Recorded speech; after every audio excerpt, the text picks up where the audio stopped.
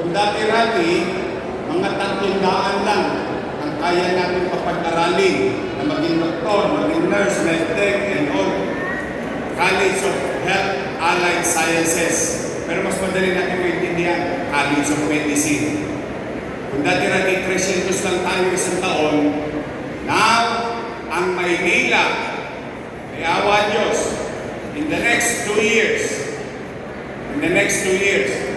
we can now accommodate and produce 5,000 doctors and nurses.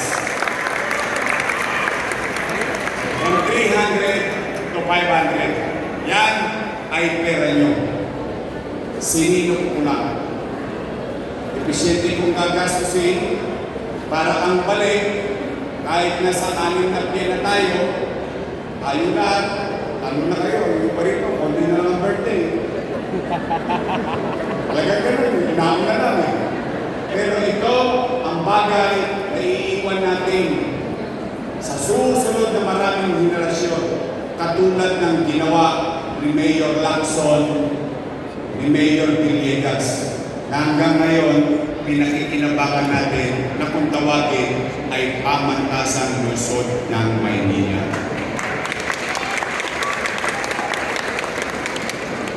Kaya pwede nyo na medyo urot-urotin.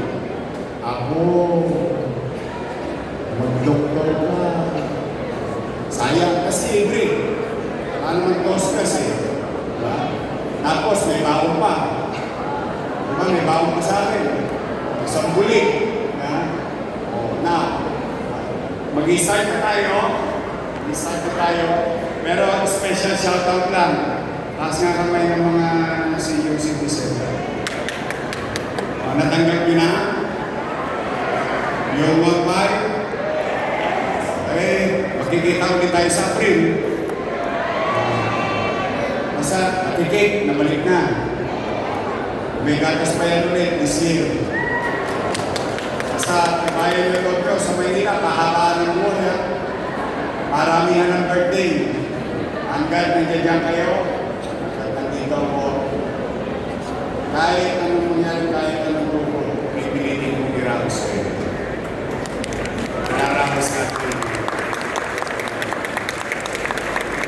So, sa mga lola at lola ko, I love you.